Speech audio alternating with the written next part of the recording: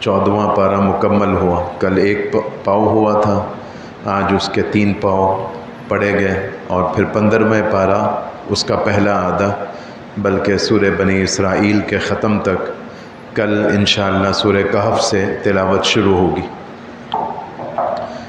لیکن جو کل قرآن پڑھا گیا تھا اس کے مضامین مختصراً عرض کر دیتا ہوں۔ سورہ یوسف میں حضرت یوسف علیہ السلام کا قصہ ہے، وہ تو بیان ہو چکا۔ میں نے عرض کیا کہ اس کے بعد سورہ رعد ہے۔ رعد عربی زبان میں بجلی کی گرج کو کہتے ہیں۔ اس صورت میں من جملہ اللہ تعالیٰ کی اور نشانیوں کے بارش، اور بارش کے ساتھ بادل، اور بادل کے اندر گرج، اور گرج کے ساتھ چمک، یہ سب چونکہ اللہ کی قدرت کی نشانیاں ہیں تو اس کو اللہ تعالیٰ نے بیان کیا۔ میں نے آپ کو یہ بھی عرض کیا تھا کہ مکی صورتوں میں عام طور پر ایمانی مضامین ہوتے ہیں، پھر ایمانی مضامین میں کبھی توحید کا مضمون غالب ہوتا ہے، کبھی رسالت کا، کبھی قرآن کا، کبھی آخرت کا۔ یہاں بنیادی طور پر ایمان کا مضمون غالب ہے، اس لیے سورج، چاند، آسمان، زمین، چاند اور سورج کا مسخر ہونا، دن اور رات کا آنا، غلوں کا پیدا ہونا، پھل فروٹ، سبزیاں، ترکاریاں، اس کا بندوں کے لیے پیدا ہونا، پیدا ہونے والی پیدا ہو رہی ہے ایک ہی زمین سے، اور اس زمین پر روشنی ایک ہی سورج سے مل رہی ہے، پانی بھی ایک ہی قسم کا دیا جا رہا ہے، لیکن یہ اللہ کی قدرت ہے کہ ایک ہی زمین، ایک ہی سورج، ایک ہی پانی، لیکن اللہ تعالیٰ مختلف شکلوں کے، مختلف ذائقوں کے، مختلف تاثیر کے اللہ تعالیٰ پھل بھی پیدا کرتے ہیں، سبزیاں بھی پیدا کرتے ہیں، غلے اور اناج کو بھی اللہ پیدا کرتے ہیں۔ یہ سب اللہ کی نشانی ہے۔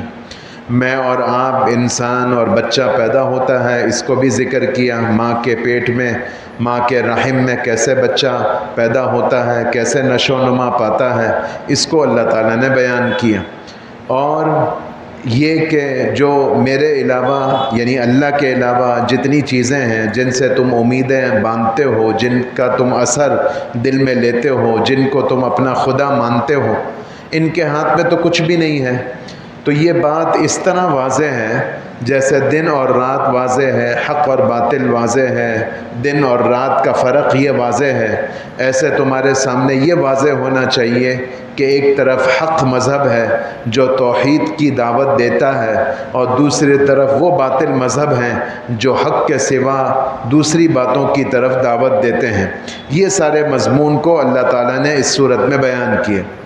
ضمناً اللہ تعالیٰ نے یہ بھی بتایا کہ یہ جو باطل مذہب ہے، یہ باطل طاقتیں ہیں، یہ تمہیں دندناتی تو پھرتی نظر آتی ہیں، اور تمہیں یہ تو نظر آتا ہے کہ ان کا دنیا کے اندر بڑا اثر رسوخ ہے، لیکن ان کی حیثیت میری طاقت کے سامنے کچھ بھی نہیں ہے۔ ان کی حیثیت ایسی ہے جیسے تمہارے یہاں پانی کے اوپر جھاگ ہوتا ہے، 7 اپ کے اوپر، پیپسی کے اوپر جھاگ ہوتا ہے، وہ جھاگ اٹھتا تو نظر آتا ہے، اوپر آتا تو نظر آتا ہے، لیکن دیر نہیں لگتی وہ جھاگ بیٹھ جاتا ہے، ختم ہو جاتا ہے، اس کی کوئی حیثیت نہیں، اس کی کوئی حقیقت نہیں۔ ایسے دنیا کے اندر جتنی باطل طاقتیں ہیں ان کی میرے سامنے کوئی حیثیت نہیں، یہ سب جھاگ کی مانند ختم ہو جائیں گے اور حق باقی رہ جائے گا۔ لیکن یہاں یہ سوال پیدا ہوتا ہے کہ جب یہ باطل طاقتیں جھاگ کی مانند ہیں اور اصل تو حق ہے، تو کیوں اتنے عرصے سے ہم یہی دیکھ رہے ہیں کہ باطل ہی دنیا میں چھایا ہوا ہے اور حق تو ہر طرف مغلوب ہے، دبا ہوا ہے؟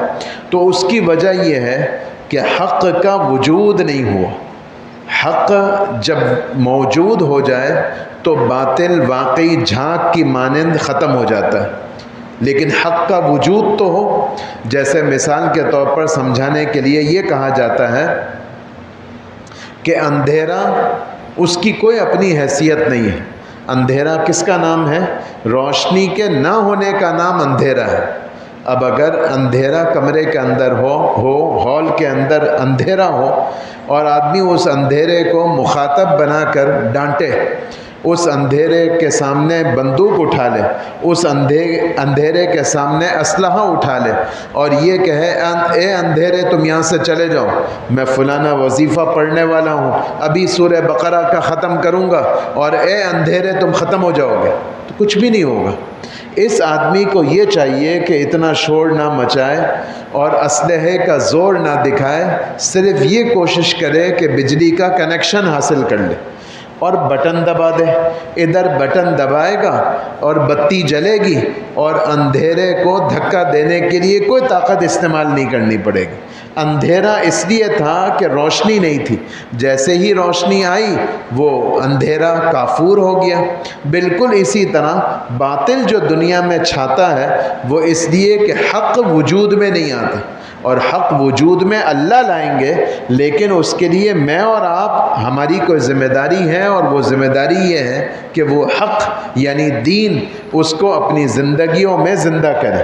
جب تک یہ نہیں ہوگا اور ہم وظیفے پڑھتے رہیں، دعا کرتے رہیں، اللہ پر آسرا اور تکیہ لگا کر رکھیں، تو یہ ایک طے شدہ اللہ کا نظام ہے کہ کروں گا تو میں ہی، باطل کو مٹاؤں گا میں ہی، لیکن اس کے لیے تمہیں کچھ قربانی دینی پڑے گی، آگے بڑھنا پڑے گا، حق کو وجود دینا پڑے گا۔ حق وجود میں آئے نہیں اور تم باتیں کرتے رہو، یہ نہیں ہوگا۔ یہ سورہ رات کے کچھ مضامین ہیں۔ اس کے بعد اگلی سورت ابراہیم۔ ابراہیم اس کا نام اس لیے کہ اس سورت میں حضرت ابراہیم علیہ السلام کا تذکرہ ہے۔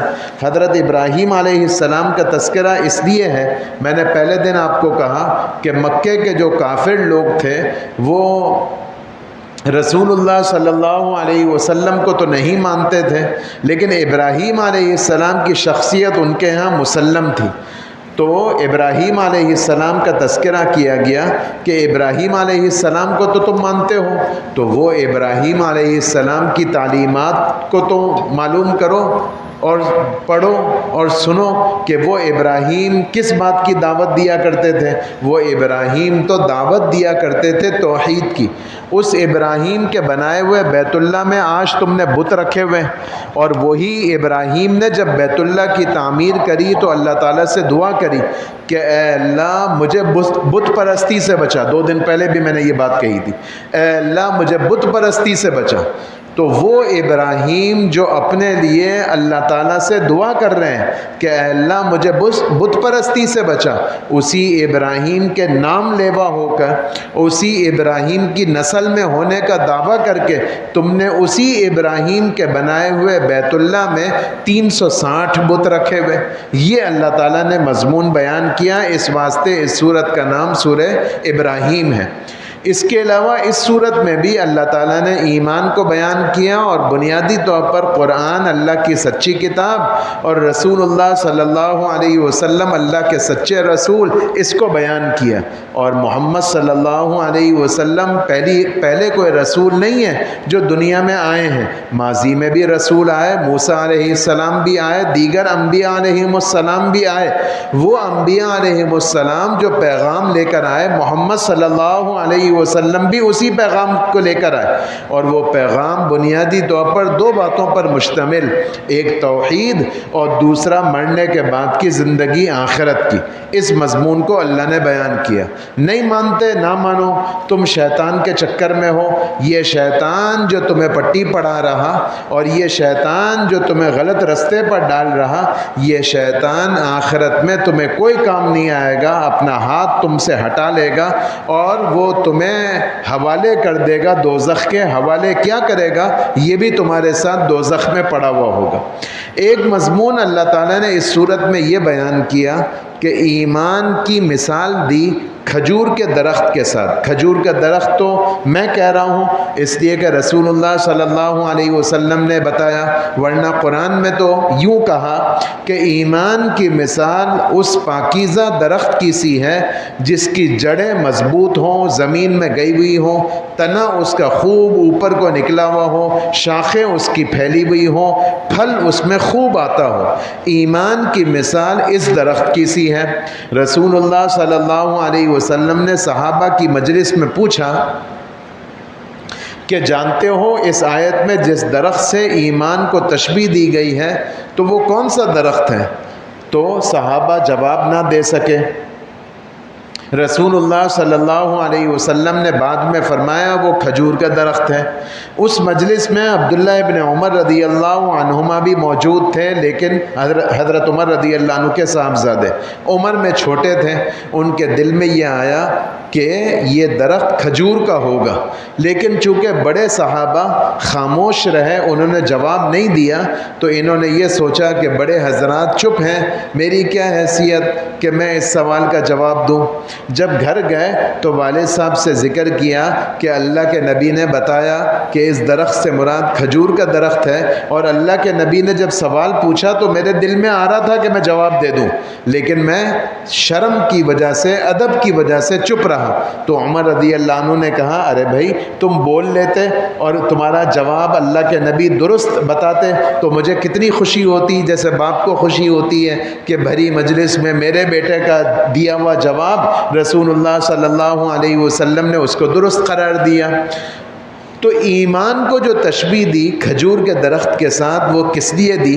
وہ اس لیے دی کہ جیسے کھجور کا درخت یا کوئی بھی بڑا مضبوط درخت، اس کی جڑیں زمین میں گئی ہوئی ہوتی ہیں، نظر نہیں آتی، ایمان کی جگہ بھی دل ہے، اور دل میں جب ایمان آتا ہے تو نظر نہیں آتا، نہ میرے دل کا ایمان آپ کو نظر آ رہا ہے، نہ آپ کے دل کا ایمان مجھے نظر آتا ہے۔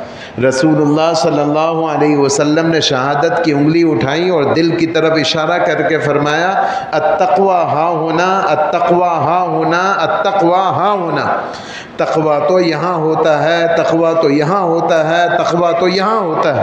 مطلب یہ ہے کہ ایمان کی جگہ وہ دل ہے، دل کے اندر ایمان کی جڑیں مضبوط ہوتی ہیں تو پھر اسلام کا درخت باہر ظاہر ہوتا ہے، اور پھر ایمان اور اسلام کا جب درخت تنا ظاہر ہوتا ہے تو اس کی شاخیں اعمال کی صورت میں پھیلی ہوئی ہوتی ہیں، اور وہ شاخیں یوں پھیلی ہوئی ہوتی ہیں کہ ایک شاخ ایمان کی، ایک شاخ عبادت کی، پھر عبادت کی ذیلی شاخیں نماز، روزہ، زکوٰۃ، حج، تلاوت، ذکر، عمرہ، اعتکاف، یہ ساری شاخیں ہیں عبادت کی۔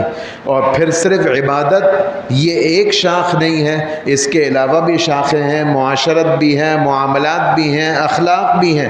تو یہ ساری شاخیں اس درخت سے نکلتی ہیں، اور یہ مسلمان اس ایمان کی بدولت جس کی جڑیں دل کے اندر ہے، وہ ساری شاخوں کے ذریعے یعنی اسلام کے تمام اعمال پر عمل کرنے والا ہوتا ہے۔ اور جیسے کھجور کے درخت کا پھل ظاہر ہوتا ہے، اس ایمان اور اسلام اور شاخوں کے ذریعے اس صاحب ایمان کو پھل ملتا ہے، دنیا میں بھی اور آخرت میں بھی۔ دنیا میں تو ملتا ہے اس طرح کہ اس کی عزت لوگوں کے دلوں میں ہوتی ہے، اس کی محبت لوگوں کے دلوں میں ہوتی ہے، اس کی زندگی میں برکت ہوتی ہے، اللہ تعالیٰ اس کو خوشگوار پرسکون زندگی عطا فرماتے ہیں، مشکلات سے اللہ تعالیٰ اس کے لیے آسانیاں پیدا فرماتے ہیں، ہر تنگی سے اس کے لیے راستہ نکالتے ہیں، روزی اللہ تعالیٰ وہاں سے دیتے ہیں جہاں سے اس کو گمان بھی نہیں ہوتا۔ یہ سارے میں اردو کے جملے بول رہا ہوں، مختلف آیتوں کا گویا مفہوم سنا رہا ہوں جو اللہ تعالیٰ نے دین پر چلنے کی صورت میں ہم سے وعدے فرمائے کہ دنیا میں یہ ظاہر ہوں گے، لیکن اصل جو اللہ کی طرف سے انعام ملے گا وہ آخرت میں ملے گا۔ دنیا میں جو انعامات ملیں گے وہ تو ایسے ہوں گے جیسے موسلا دھار بارش سے پہلے معمولی بوندا باندی۔ دنیا میں اللہ تعالیٰ نعمتوں کی بوندا باندی دیں گے، اور آخرت میں اللہ تعالیٰ ان نعمتوں کی موسلا دھار بارش برسائیں گے جنت کی صورت میں۔ اس کو بیان فرمایا کہ ایمان کی مثال اس درخت کی سی ہے، اور مسلمان وہ ہوتا ہے جو اس ایمان کو سنبھال کر رکھتا ہے۔ جیسے کل میں نے یوسف علیہ السلام کے قصے میں سنایا کہ انہوں نے اللہ سے دعا کری کہ اے اللہ مجھے ایمان پر خاتمہ نصیب فرمائے، تو یہاں یہ فرمایا کہ یہ مسلمان اس ایمان کو سنبھال کر رکھتا ہے دنیا میں بھی، اور قبر تک یعنی موت تک ایمان کو سنبھال کر رکھتا ہے، اور جب قبر میں جاتا ہے تو یہ ایمان اس کو منکر نکیر کے سوالات کے جواب میں مدد دیتا ہے۔ یہ اللہ تعالیٰ نے یہاں پر بیان کیا۔ یہ سورہ ابراہیم کے کچھ مضامین ہوئے۔ پھر 14واں پارہ ہے، اس کی پہلی سورت سورہ حجر ہے جو کل پڑھی گئی۔ حجر اس وادی کا نام ہے جہاں وہ قوم آباد تھی جن کو قوم سمود کہتے ہیں، جن کی طرف حضرت صالح علیہ السلام کی بعثت ہوئی۔ ان کا تذکرہ سورہ اعراف میں اور سورہ ہود میں کر چکا۔ اس کے علاوہ اس صورت میں پھر اللہ تعالیٰ نے زیادہ تر قرآن کو ذکر کیا۔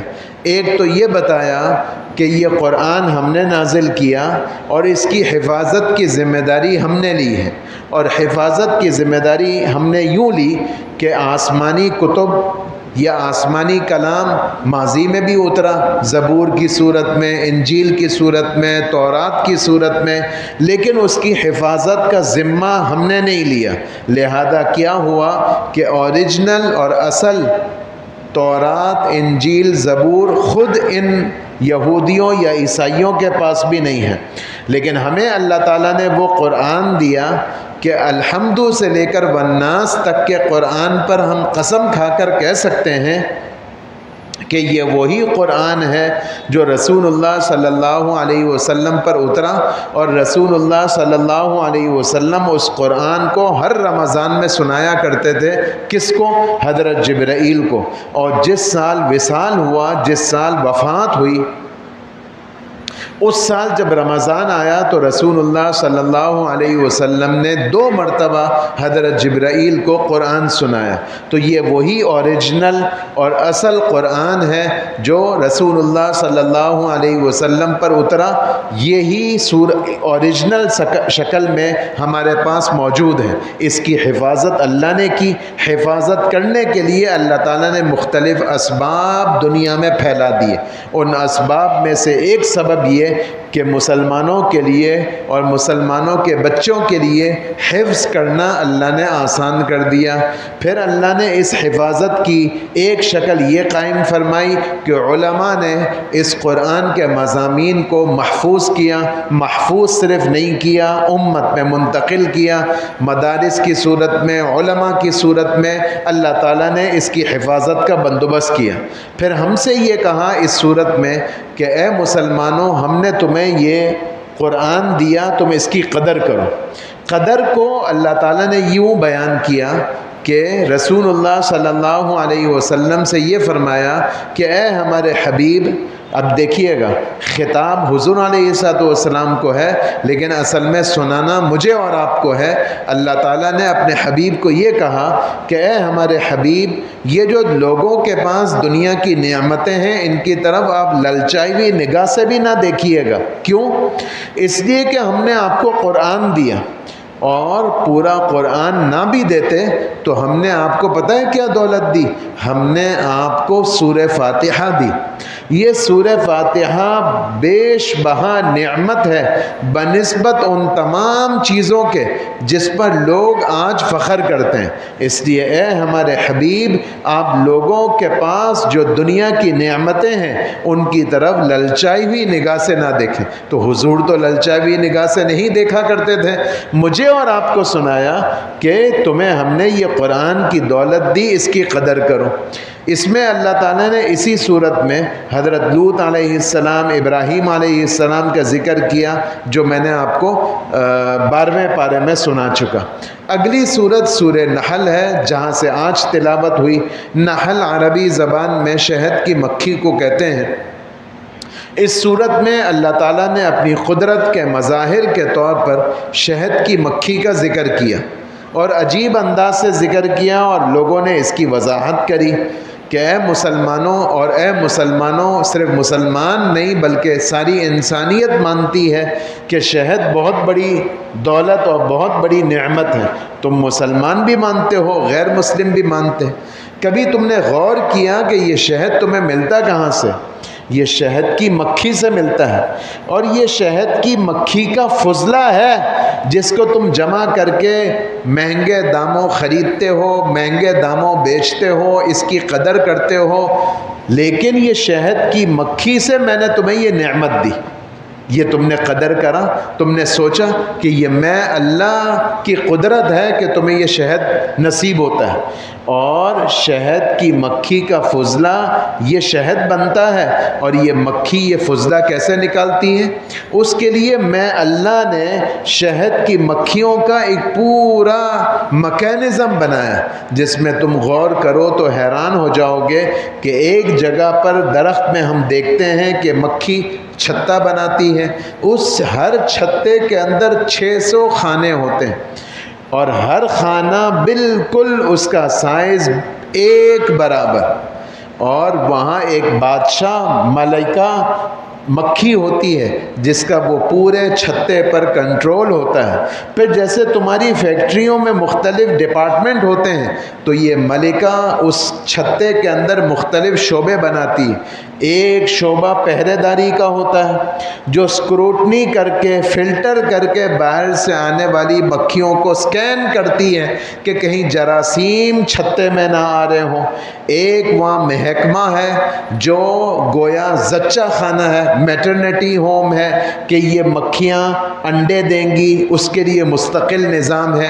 ایک مکھی یا مکھیوں کا گروہ ایسا ہے جس کے ذمے یہ ہے کہ وہ ہل پارک کے علاقے میں چکر لگائیں اور دیکھیں کہاں کہاں پھلدار درخت ہیں، کہاں کہاں پھول لگے ہوئے ہیں۔ ان کا کام صرف سروے کرنا ہے۔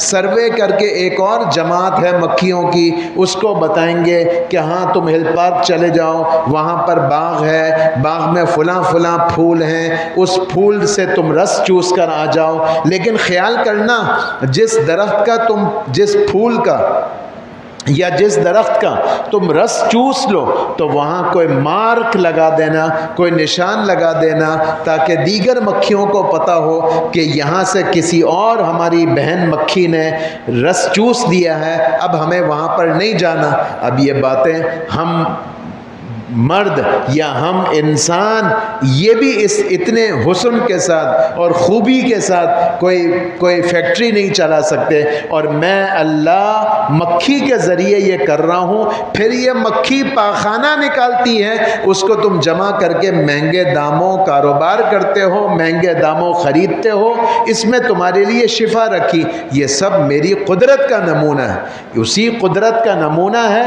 کہ تم دودھ پیتے ہو، اور یہ دودھ تمہیں جانور سے حاصل ہوتا ہے۔ جانور کو تم ذبح کرو، بھینس کو ذبح کرو، اندر سے کوئی تمہیں مٹکا، کوئی ڈرم تمہیں دودھ کا نظر نہیں آتا۔ وہاں نظر کیا آتا ہے؟ گوبر۔ نظر کیا آتا ہے؟ خون۔ اس گوبر اور خون کے درمیان سے یہ بھینس زندہ ہے، یہ بکری زندہ ہے، تو صاف شفاف سفید رنگ کا دودھ تمہیں میسر ہوتا ہے۔ ذبح کرو تو کچھ نظر نہیں آ رہا۔ یہ میں اللہ کی قدرت ہے کہ یہ تمہارے لیے دودھ کا میں بندوبست کرتا ہوں۔ اسی لیے علماء نے لکھا کہ اس سورت کا ایک نام سورہ نعم بھی ہے، اس لیے کہ اللہ تعالیٰ نے اس سورت میں اپنی نعمتوں کو ذکر کیا، اسی لیے وہ مضمون بیان کیا جو میں نے پہلے سنایا، سورہ ابراہیم میں بھی آیا لیکن وہاں نہیں بتایا کہ اے مسلمانوں اور اے انسانوں، میں نے تم پر اتنے احسانات کیے ہیں کہ شکر کرنا تو دور کی بات، تم میرے احسانات کو گن بھی نہیں سکتے۔ پھر وہ مضمون بھی دو جگہ آیا اسی صورت میں جو کل پرسوں میں نے بیان کیا تھا، اور میں نے کہا تھا قرآن پاک میں جا بجائے کہ اے مسلمانوں، تم پر جتنے انعامات ہیں وہ میرے دیے ہوئے ہیں، لیکن عجیب بات ہے کہ نعمتیں مل رہی ہوتی ہیں تو تمہیں پتہ نہیں ہوتا، قدر بھی نہیں ہوتی، پریشانی آتی ہے تو تم پھر میرے پاس آ جاتے ہو، پلٹ کر میرے پاس اس وقت نہیں آتے جب تمہارے اوپر فراوانی ہوتی ہے، تمہارے اوپر راحت ہوتی ہے۔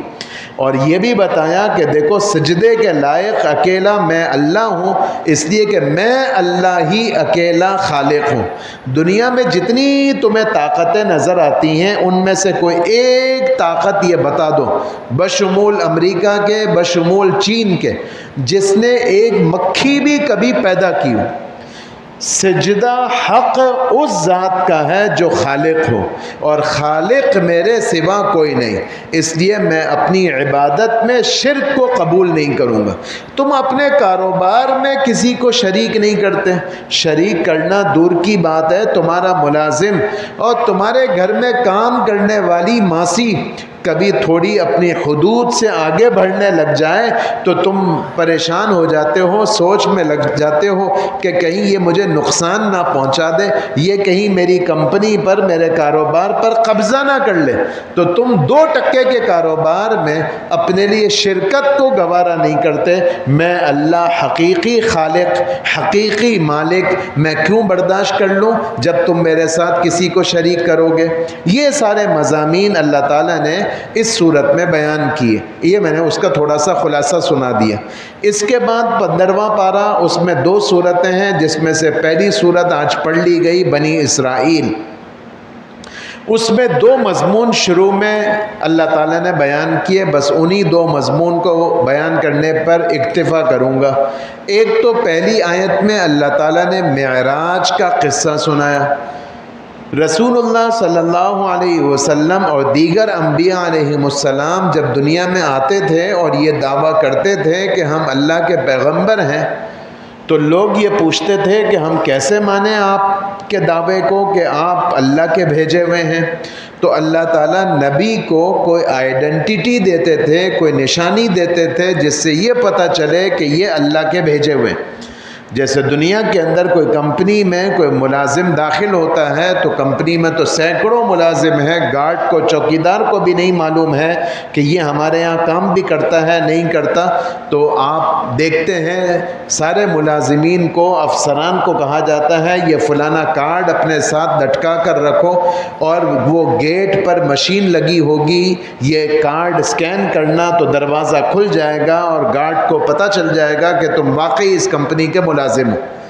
تو جیسے دنیا کے اندر یہ ہوتا ہے، ایسے اللہ تعالیٰ اپنے نبیوں کو بھیجا کرتے تھے اور نبیوں کو کوئی ایسی نشانی دیتے تھے جس سے لوگوں کو یہ تسلی ہو کہ یہ اللہ کے بھیجے ہوئے۔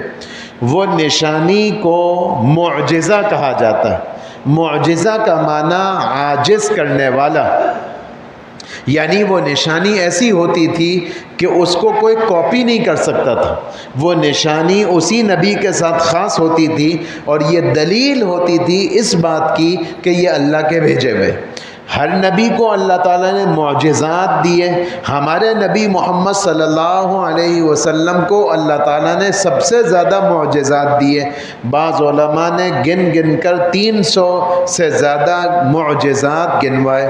ان معجزات میں سب سے بڑا معجزہ تو خود قرآن پاک ہے، اس لیے کہ ساری دنیا اس زمانے سے لے کر آج تک اس کا مثل، اس کی کاپی لانے سے عاجز ہے۔ اسی طرح ان معجزات میں سے، بڑے معجزات میں سے معراج کا واقعہ بھی ہے۔ رسول اللہ صلی اللہ علیہ وسلم اپنی رشتہ دار خاتون جو کہ حضور علیہ السلام کی محرم بھی تھیں، ام ہانی، ان کے گھر میں آرام فرما رہے تھے۔ کب کی بات ہے؟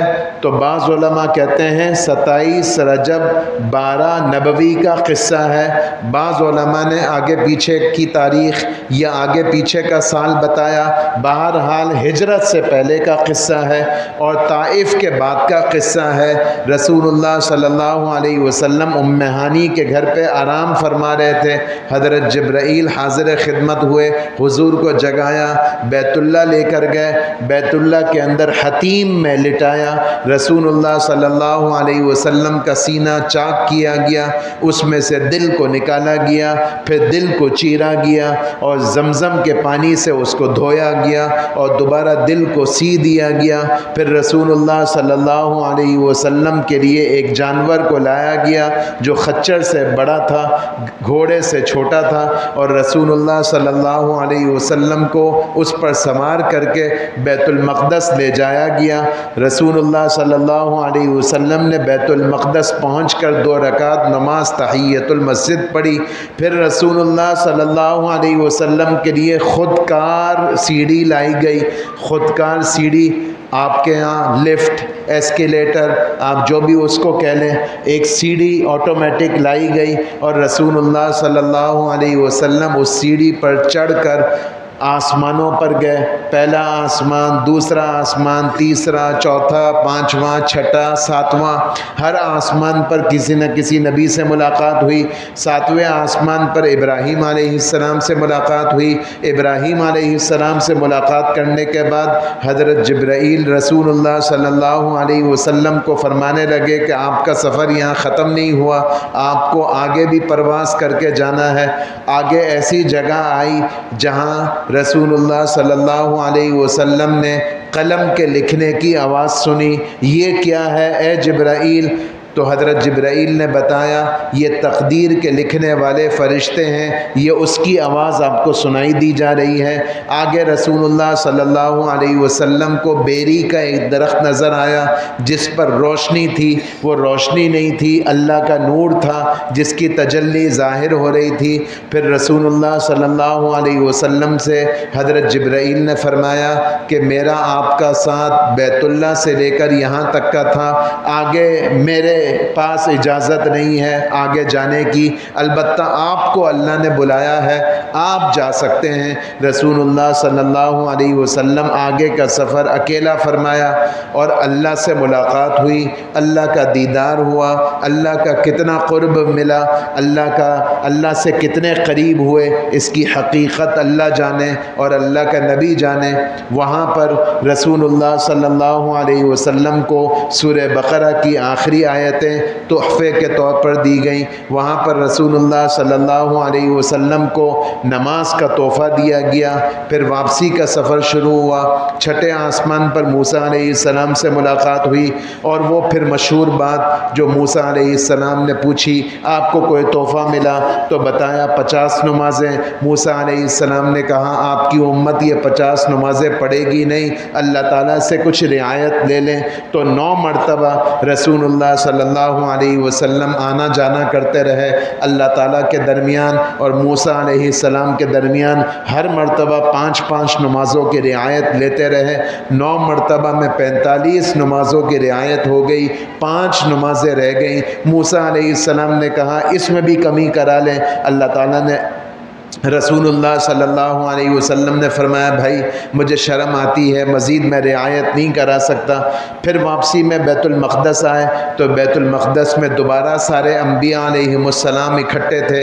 رسول اللہ صلی اللہ علیہ وسلم نے ان کو نماز پڑھائی اور رسول اللہ صلی اللہ علیہ وسلم پھر بیت اللہ تشریف لے آئے۔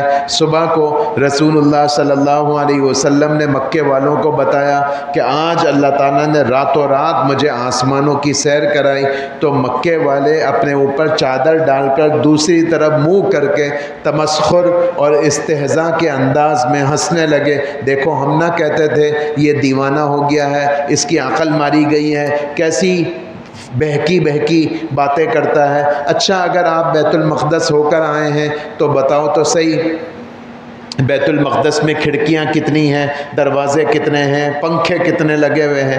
واضح بات ہے میں اور آپ یہاں نماز پڑھتے ہیں، ہم سے کوئی پوچھے یہاں کتنی کھڑکیاں ہیں، کتنے دروازے ہیں، کتنے پنکھے ہیں، مؤذن صاحب کو بھی نہیں گن کر پتہ ہوگا۔ تو اللہ کے نبی اس کے لیے تو گئے نہیں تھے، لیکن اللہ نے پھر ایک قدرت دکھائی، درمیان سے سارے پردے اللہ تعالیٰ نے دور فرما دیے اور رسول اللہ صلی اللہ علیہ وسلم پر بیت المقدس کو منکشف کر دیا، اور اللہ کے نبی نے بتایا اتنے دروازے، اتنی کھڑکیاں، یہ ساری تفصیل بتائی۔ پھر لوگ ابو بکر صدیق کے پاس گئے اور یہ کہا یہ جو تمہارا ساتھی ہے ایسی بہکی باتیں کرتا ہے، یہ بھلا کبھی ہو سکتا ہے کہ راتوں رات اس طرح سفر کر کے کوئی آ جائے؟ ابو بکر صدیق رضی اللہ عنہ نے کہا اگر یہ بات کہنے والے محمد صلی اللہ علیہ وسلم ہیں تو میں ان کے کہے پر ایمان لاتا ہوں۔ یہ ابو بکر رضی اللہ عنہ کی خوبی تھی کہ اللہ کے رسول کی بتلائی ہوئی اور اللہ کے رسول سے آنے والی ہر خبر کو سچا جانتے تھے۔ اپنے عقل پر اور اپنے آنکھوں پر ان کو اتنا اعتماد نہیں تھا جتنا اعتماد تھا رسول اللہ صلی اللہ علیہ وسلم کی خبر پر۔ تو یہ معراج کا قصہ ہے جو رسول اللہ صلی اللہ علیہ وسلم کے ساتھ پیش آیا، اور اس صورت صورت کی پہلی آیت میں اس قصے کی طرف اشارہ کیا۔ یہ معراج اللہ تعالیٰ نے اپنے نبی کو جسمانی کرائی، حقیقی کرائی، خواب میں نہیں ہوئی، روحانی طور پر نہیں ہوئی، اس لیے کہ خواب میں ہو تو پھر حضور کا کیا کمال، وہ تو میں اور آپ بھی کبھی کبھار خواب میں امریکہ ہو کر آ جاتے ہیں، تو اگر یہ خواب کا سفر ہو تو پھر معجزہ نہیں بن سکتا۔ یہ حقیقی سفر تھا، جسمانی سفر تھا، ظاہری سفر تھا۔ ہاں یہ الگ بات ہے کہ اس جسمانی اور ظاہری معراج کے علاوہ رسول اللہ صلی اللہ علیہ وسلم کو اور بھی متعدد مرتبہ روحانی اور خواب میں معراج کرائی گئی، یعنی آسمانوں کی اور جنت و دوزخ کی سیر کرائی گئی۔ یہ قصہ اس صورت میں اللہ تعالیٰ نے بیان کیا۔ دوسرا مضمون اللہ تعالیٰ نے بنی اسرائیل کا سنایا، وہ انشاءاللہ کل عرض کر دوں گا۔ اللہم صلی علی محمد عبدک و رسولک وصلی علی المؤمنین والمؤمنات والمسلمین والمسلمات